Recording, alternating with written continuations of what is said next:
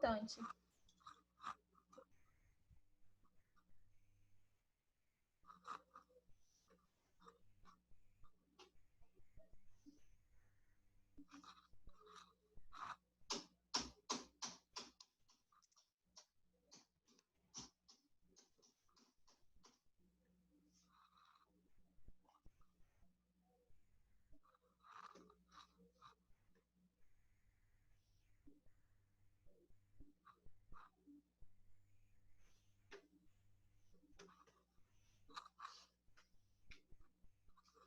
Vamos lá. Vamos dar continuidade. O que significa, né, o apigar, né? Essas letrinhas aí significa, né, em português, porque ela tem da forma em inglês eu não sei falar, já vou avisando logo que eu não sei. Então, em português, nada mais é que, tá?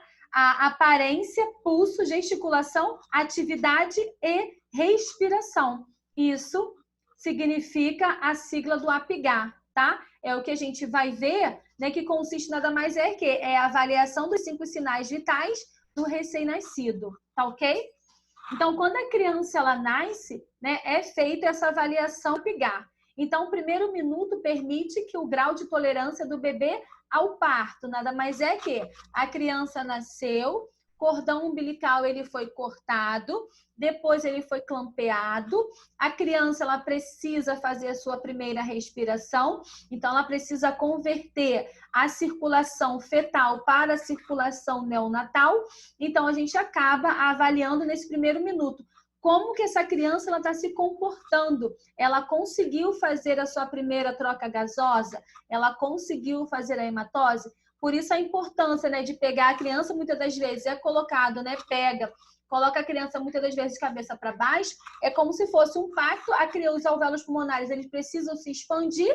Quando a criança ela não chora, realmente é feito os estímulozinhos, porque a criança ela precisa chorar. Quando ela chora, os alvéolos pulmonares acabam se expandindo. E aí é onde ele consegue fazer a sua primeira troca gasosa, a sua primeira respiração.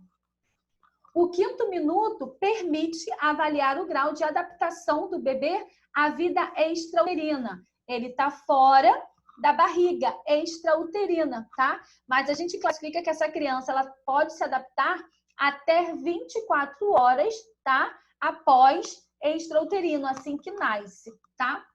10º minuto, né, o nascimento é atribuído a cada um dos sinais de pontuação que a gente é classificado de 0 a 2, de acordo com a condição observada. É esse exemplo aqui, ó. Então, ó, os valores do apigar relacionado, o que é avaliado dentro desse apigar, do 1º ao 10º minuto. Então, a gente tem a pontuação de 0 a 2. Então, a gente precisa, né, controlar lá a frequência cardíaca, respiração, tônus musculares, cor, reflexo, irritabilidade. Isso aqui é um IPC, tá? Pra caralho. Já vou avisando logo, tá? Então, vamos lá. A frequência cardíaca dessa criança, ela tá ausente? Ela tá irregular? Ou ela tá normal? Tá? Dependendo do que ela esteja, a gente vai fazer o quê? A pontuação. Se a frequência cardíaca dela estiver ausente, automaticamente a respiração também. Se a frequência cardíaca dela estiver irregular, tiver com uma bradidispneia, né, que a gente dá como uma respiração lenta, automaticamente a respiração dela também vai estar comprometida. Então, a gente avalia desta forma. Então, para cada um, a gente vai dando a nossa pontuação. Tônus musculares, já disse para vocês o que era. Está flácido, flexão, né, de braços e pernas, movimentos ativos de boa flexão. A gente começa a avaliar. Por isso que quando pega a criança, a gente acaba avaliando nela um todo, tá? Cor, cianose central, palidez, cianose das extremidades ou rosado, que é aquele bebezinho bem vermelhinho que você encosta nele, ele chega, fica branquinho, tá? Reflexo, pode estar ausente, tá? Alguns movimentos, tá? Ou pode estar o quê? Relacionado ao choro. Quando a criança chora, melhor ainda. E a gente acaba pontuando tudo isso aqui. E a gente vai ver quanto que vai dar. Gente, o que eu fiz? Quanto que vai dar. E a gente classifica o apigar dessa criança. Cadê o negócio? Valores relacionados ao APGAR. Então, a gente tem sem asfixia, que ela vai de 8 a 10. Então, frequência respiratória, cardíaca, tônus musculares, irritabilidade, cor, isso tudo tá ok. Então, a gente vai somar e vai dar essa pontuação. Com asfixia leve, o APGAR ele vai de 5 a 7, tá? Essa criança ela tá só com apenas um desconfortozinho leve, porém ela precisa de um suporte ventilatório, a gente diz como não invasivo, que é através de máscara ou de catéter óculos, que a gente acaba dando suporte em mais de ventilação para essa criança, quando ela está com essa dificuldade respiratória. Com asfixia moderada, né, que vai de 3 a 4, dependendo da criança, a gente acaba avaliando, muitas das vezes ela entra em suporte ventilatório. A gente dá com um procedimento invasivo. Essa criança, ela acaba sendo o quê? Entubada e ela precisa de um aporte aí ventilatório porque ela não está conseguindo fazer a sua troca gasosa. A mesma coisa entra para a asfixia grave. As duas acabam entrando como suporte ventilatório. A criança ela não consegue fazer a troca gasosa sozinha, então ela é submetida a uma intubação e ela entra em suporte ventilatório. Tá ok? Alguma dúvida? Professora? Oi. Essa soma do APGAR aí nós vamos ter que saber fazer na hora? Não. Ah, tá. Essa tabelinha, Damiana, quando a criança ela nasce, muitas das vezes está coladinho lá perto da incubadora, aonde a criança ela é feita os seus primeiros procedimentos. Então, ali a gente avalia, tá? Ah, sim. Tá, mas vamos lá. Se eu perguntar na prova, tá? Quais são, né, os itens que são avaliados dentro de um APGAR? Aí vocês vão me dizer frequência cardíaca, respiração, tônus musculares, cor e irritabilidade. Isso aí, sim. Tá? A pontuação, quanto que vai dar para ser asfixia grave, leve, moderada, isso aí não, tá? Mas saber o que é avaliado, aí sim. O que é avaliado no APGAR? Frequência cardíaca, respiração, tônus musculares, cor e reflexo e irritabilidade. Isso aí sim, tá ok? Ok, obrigada. Nada. Bom, aqui a gente tem a tabela, tá? Dos reflexos primitivos. Essa terceira coluna e a quarta coluna, eu sempre falo para vocês que não precisa se apegar a isso não, tá? Eu preciso me apegar realmente, com todas as minhas forças, tá? Mas o que muitas das vezes eu acabo pedindo na prova é isso aqui. Quais são os reflexos primitivos? Moro, de busca e sucção, preensão palmar, Babinski, pressão plantar, tônus cervical e marcha. Mais a estimulação. O que é cada um? Moro, o susto do bebê, né, e a queda ou barulho. Não tem quando a criança ela tá deitada e ela levanta aqueles bracinhos assim do nada? Isso aí nada mais é que é moro. É um dos reflexos primitivos que ele vai durar até o quê?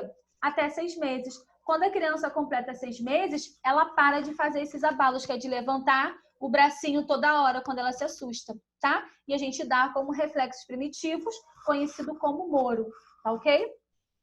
Busca de sucção, né? É o toque ao redor da bochecha e a criança vai querer mamar. Preensão palmar, né? Estimulação, que a gente coloca o dedo e a criança ela vai lá e fecha, tá? Até quanto tempo vai? Até 4 meses. Babinski, batida na sola do pé. Geralmente quem faz isso é o pediatra, para poder saber se a criança ela tem um estímulo ou não, né, da distensão do dedo. Então, quando você toca, ele acaba esticando os dedinhos, né, como os reflexos, até mesmo como defesa, eles esticam os dedinhos. Então, isso se torna mais fácil, tá? Tônus cervical é a posição supinação, que vira o pescoço. É quando você pega e ele acaba virando para ela, tentando ajeitar, mas ele acaba sustentando o seu corpo. Isso vai até 4 meses. A marcha, segurando eretro, apoiando os pés sobre alguma coisa, né? Isso aí vai até o 5º mês. Então, isso é um reflexo primitivo. A criança ela não nasce andando, nada mais é que reflexos primitivos. Tá ok? Então, ó, reflexo e estimulação, isso para mim é mega importante. A resposta e a duração, não precisa se apegarem a isso, tá ok?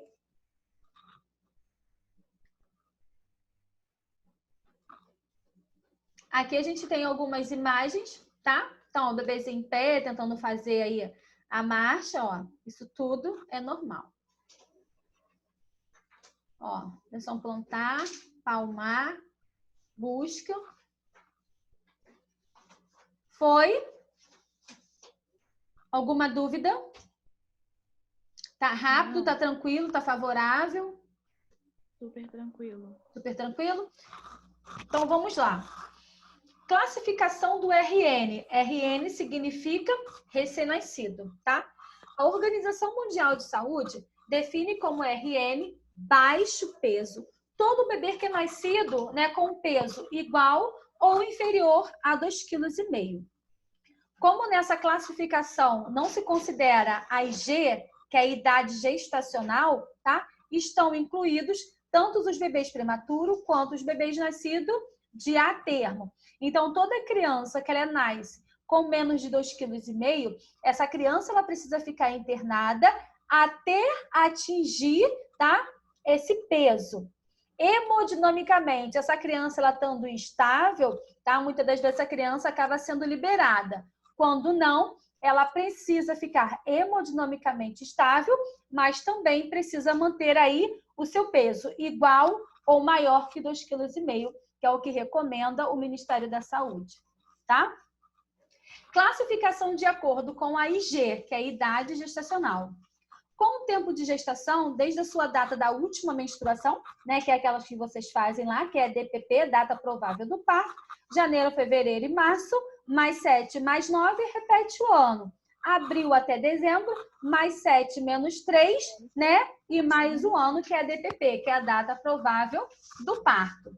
Quando a gente vai descobrir as semanas, a gente coloca a DUM, coloca a data da consulta, soma tudo, né? No caso, a DUM, a gente precisa completar ali os dias, completa os meses, vai até a data da consulta. Soma tudo, divide por que número mesmo? 7. É? 7. É? É. É? É. É. Sim. Né? Divide por 7 e vai dar ali as semanas, tá? Então, o tempo de gestação desde a data da última menstruação até o seu término, que é de 40 semanas. Sendo assim, considera-se toda criança, né, nascida de 37 semanas de gestação, ela é conhecida como uma criança o quê? Prematura.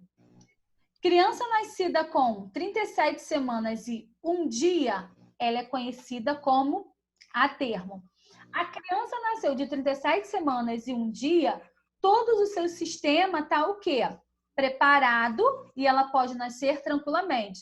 Só que tem gestante que acaba levando a 38, 39, 40, 41, ou muitas das vezes até 42 semanas, tá? É o que eu vou dizer para vocês, é de mulher para mulher, Marisa, tá? Cada mulher ela vai reagir de uma forma. Então, vai ser a termo, 37 semanas, né? Coloquem aí na apostila de vocês, porque que não deu para poder colocar, senão ia ficar muito ruim. 37 semanas e 1 dia, tá gravado, tá? 37 semanas e 1 dia a termo, até 42 semanas. Passou 42 semanas, a gente classifica esse RN como um pós-termo, tá? Foi? Doutora, repete, por favor. É isso que eu pedi também.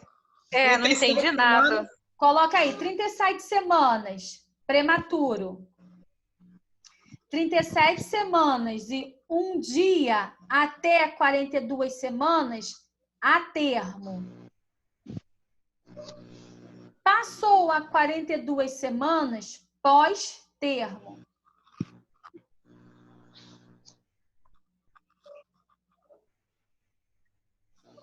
Foi, Dorimar? Sim. Mais alguém com dúvida? Foi. Prestem atenção. Aqui eu tenho uma classificação de acordo com a IG, que é a idade gestacional. Aqui eu tenho a classificação de acordo com peso e a IG. Quando eu falo de classificação de acordo só com a IG, eu estou classificando o meu RN prematuro, a termo e pós-termo. Quando eu falo em relação... Ai, caramba!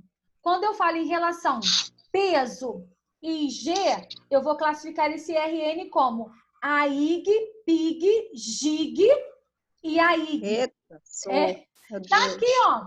Tá aí, tá descrito aí, tudo bonitinho, tá? Só isso, né? Só isso.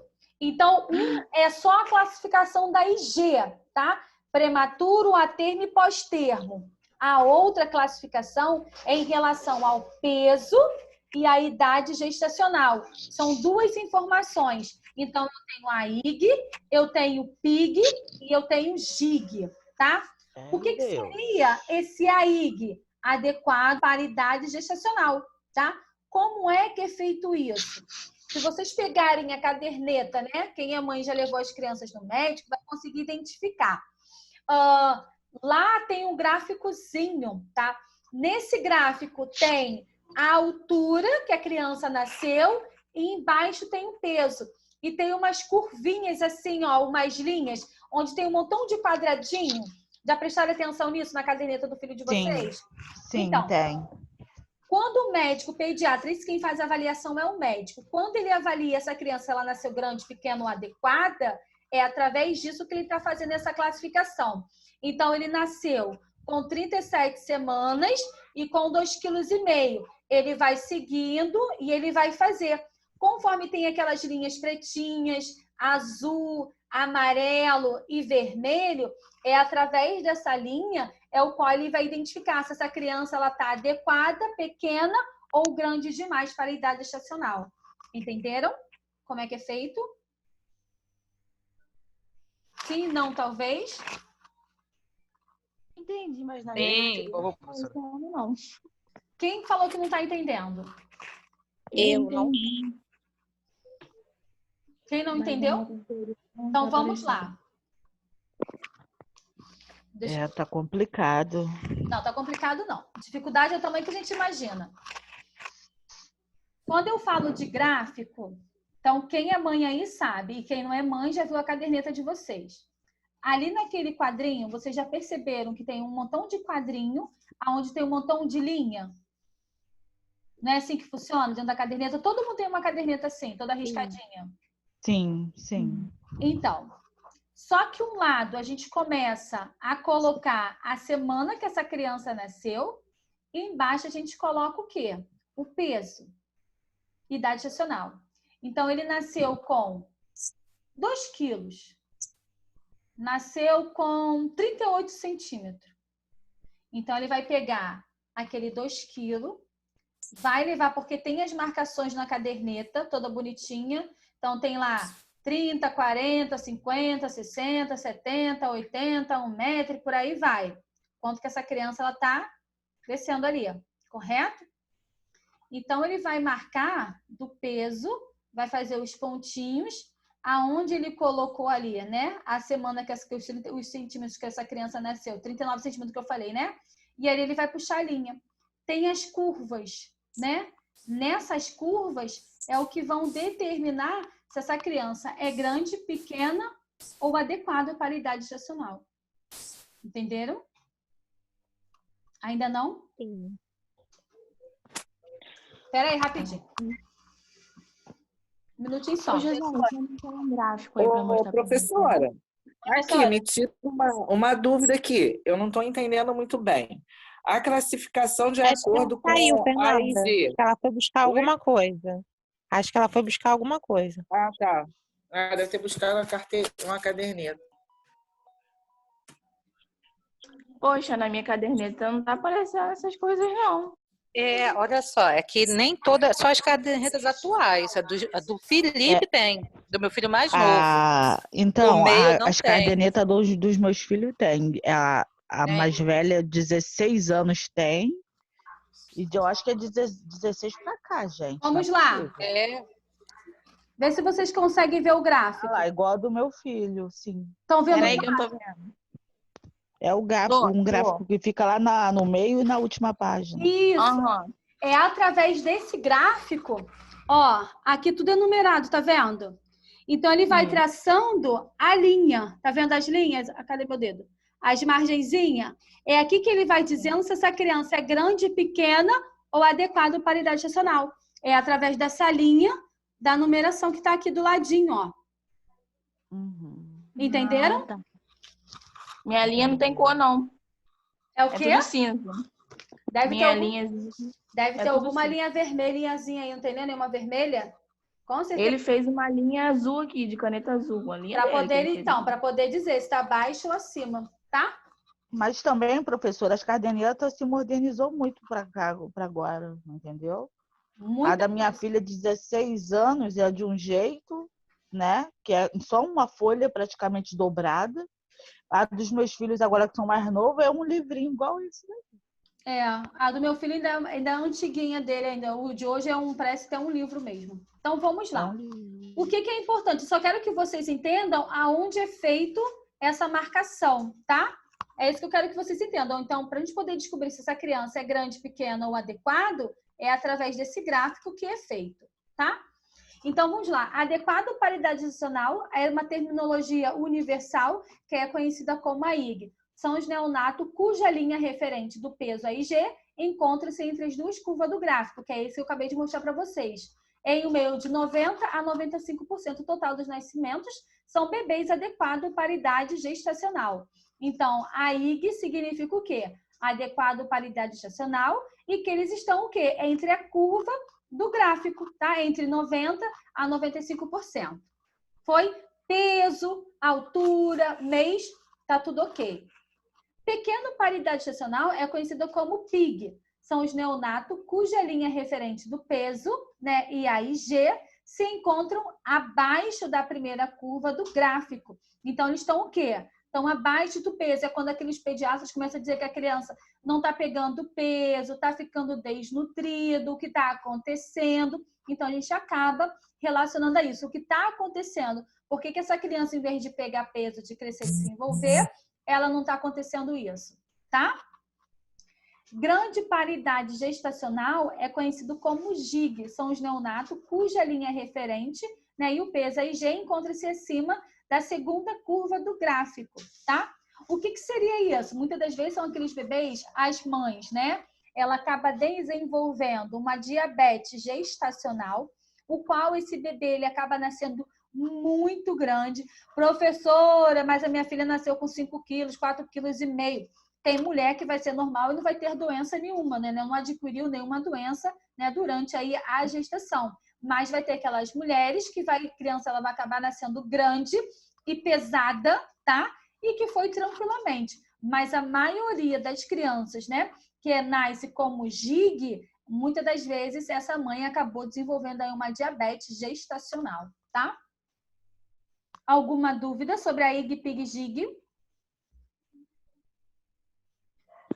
Aí, nesse caso, vai ter que dizer onde que são encontradas, né? Nas curvas, linhas, né? Você vai querer isso. Não, eu posso... Professora? A Damiana, né? Ela tem a mania de falar assim, professora, ela vai querer isso na prova. Não, Damiana, né? Justamente... Lógico, eu fico só a prova é PC pra cá.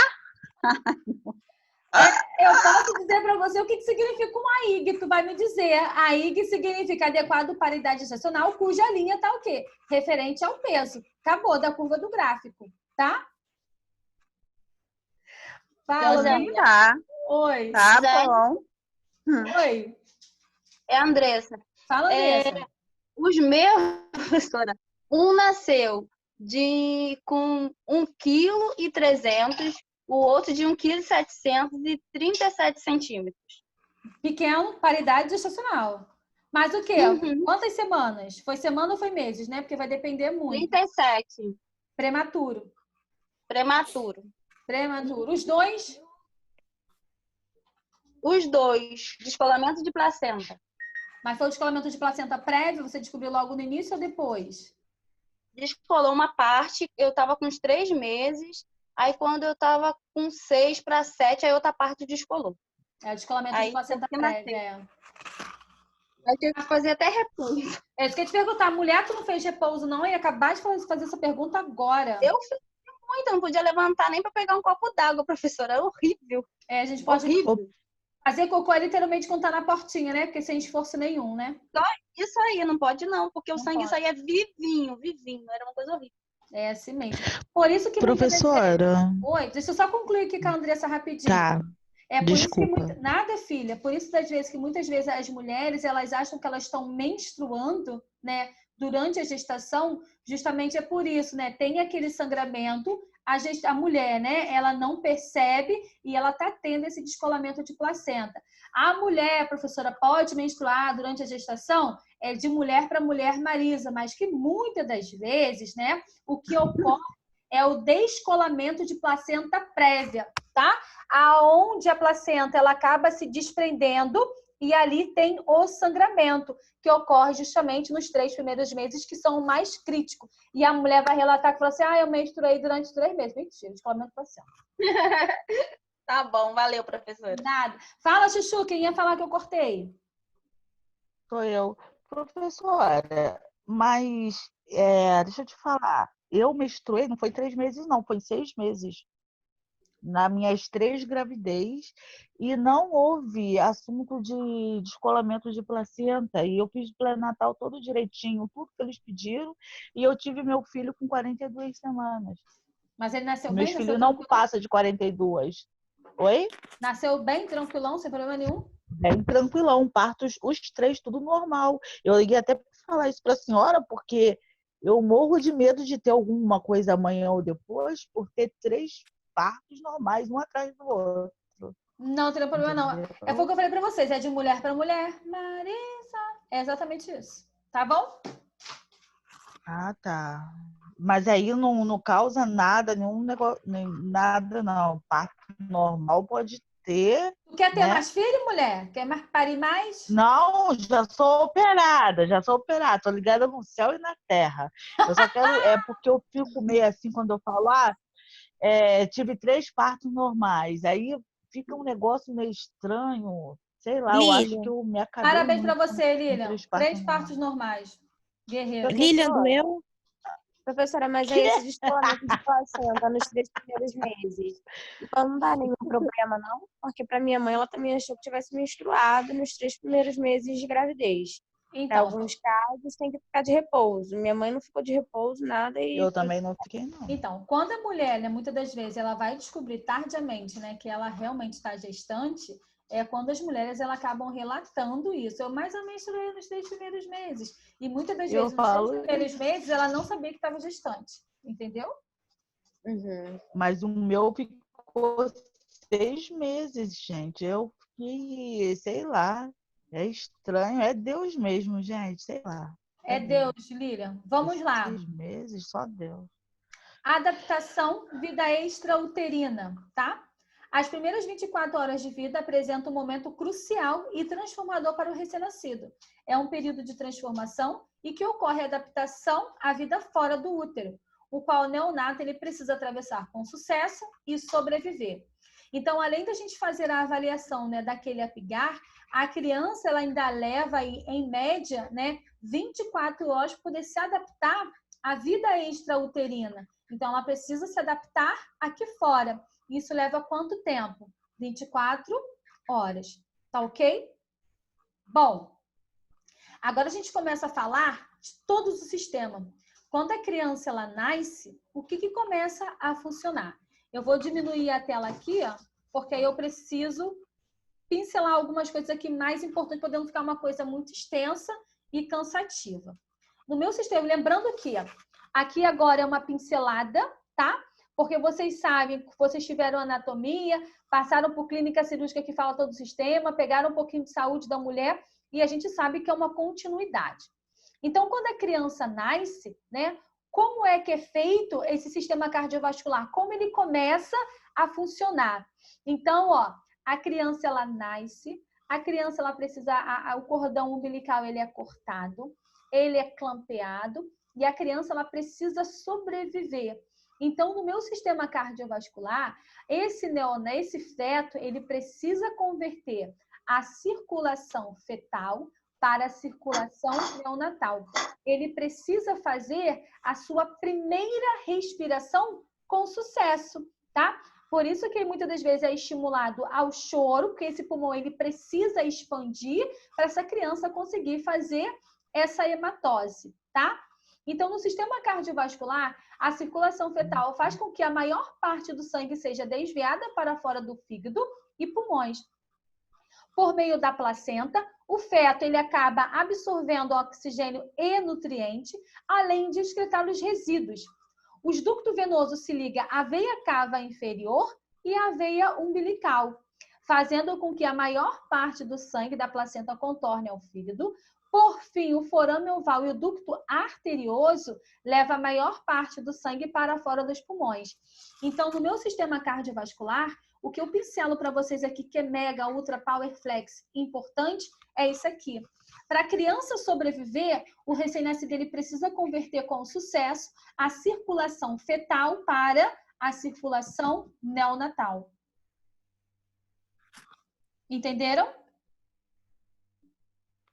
Vou aqui de vermelhinho que é melhor.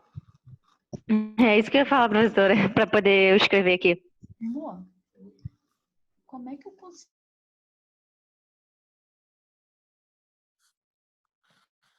Eu nem vou perguntar mais nada, porque você fica insinuando qual que era a resposta da prova já.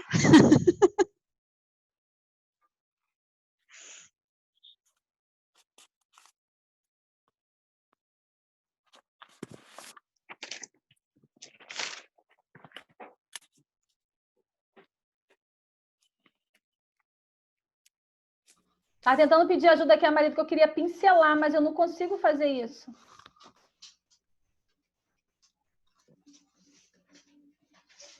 Sistema cardiovascular, o que é importante? Para CRN ele sobreviver, ele precisa converter com sucesso, né, a circulação de fetal para neonatal e intrauterino para extrauterino, tá? Foi, Damiana? Ah, você ouviu, né, professora? Lógico, meu amor. Oxi. Falei, eu tô com tanto medo que eu falei, nem vou mais perguntar mais nada, que eu tá achando que eu estou pedindo a resposta da prova. Ah, desgraça. Mas se puder mandar, eu agradeço. Já pincelei o perguntar, Damiana. É. Eu só vou anotando aqui o que vai cair. Tá, vamos lá. O que ocorre, né, no sistema cardiovascular? O cordão umbilical, ele é clampeado, o recém-nascido tem a sua primeira respiração, que eu já expliquei isso a beça aqui, tá? A resistência vascular sistêmica é aumentada e o fluxo de sangue do ducto arterioso, ele acaba o quê? Diminuindo, porque a criança ela precisa fazer essa conversão aí sozinho, sem a ajuda da mãe. Quando ele tem essa ajuda através do cordão umbilical, então o fluxo, né, ele acaba sendo aumentado por conta disso. Uma vez que ele é cortado e clampeado, esse sangue acaba sendo o quê? Diminuído. A pressão arterial esquerda se eleva, resultando no fechamento funcional do forame oval, tá? O ducto arterioso deixa de funcionar cerca de 15 a 24 horas após o seu nascimento. Isso aí é normal, tá? Só precisa identificar se isso é fisiológico ou patológico. É onde muitas das vezes as crianças elas acabam tendo, né, a terceira batida, que é a terceira bulha, aonde o pediatra ou até mesmo o cardiologista acaba detectando isso. O ducto venoso perde a sua função assim que ocorre o quê? O clampeamento, né, que é o corte e o clampeamento desse cordão aí umbilical, tá? Essas estruturas fetais perdem a função após o nascimento, que são denominadas o quê? Chutes. O que seria isso? Nada mais é que é a condição fisiológica, resulta quando os alvéolos pulmonares são perfundidos normalmente. Ele não precisou de nenhum suporte ventilatório ou de oxigênio, né, que é a forma invasiva ou não invasiva, e essa criança ela conseguiu converter com sucesso a sua circulação fetal para a sua circulação neonatal. Então, é quando os alvéolos do pulmão são perfundidos normalmente com o sangue, mais a ventilação, que é o fornecimento de ar, para o quê? Para poder suprir essa falha aí da região perfundida, tá? Então, chutes nada mais é que é o resultado dos meus alvéolos pulmonares. É onde ele conseguiu fazer aí a hematose nos alvéolos pulmonares. Foi? sobre o sistema cardiovascular. Professora, Oi, Fernanda. professora, Oi. podia voltar um pouquinho o slide que você colocou da apostila? No final do ducto venoso, que perde a função. Ducto venoso. Só para me tirar um print.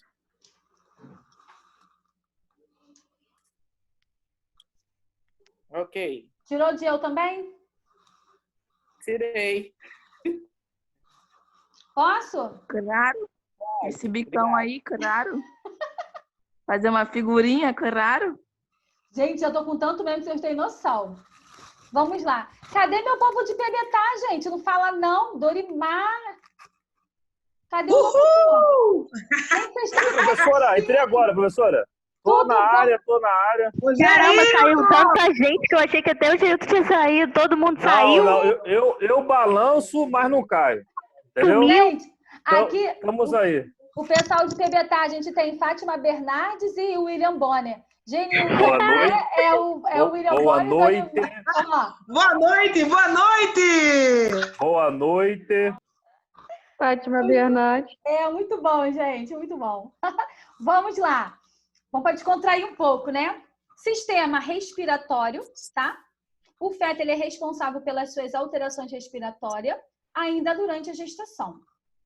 Entre 24 e 30 semanas de gestação, inicia-se a produção do surfactante, que evita o colapso dos alvéolos, facilita a troca gasosa e diminui o trabalho respiratório.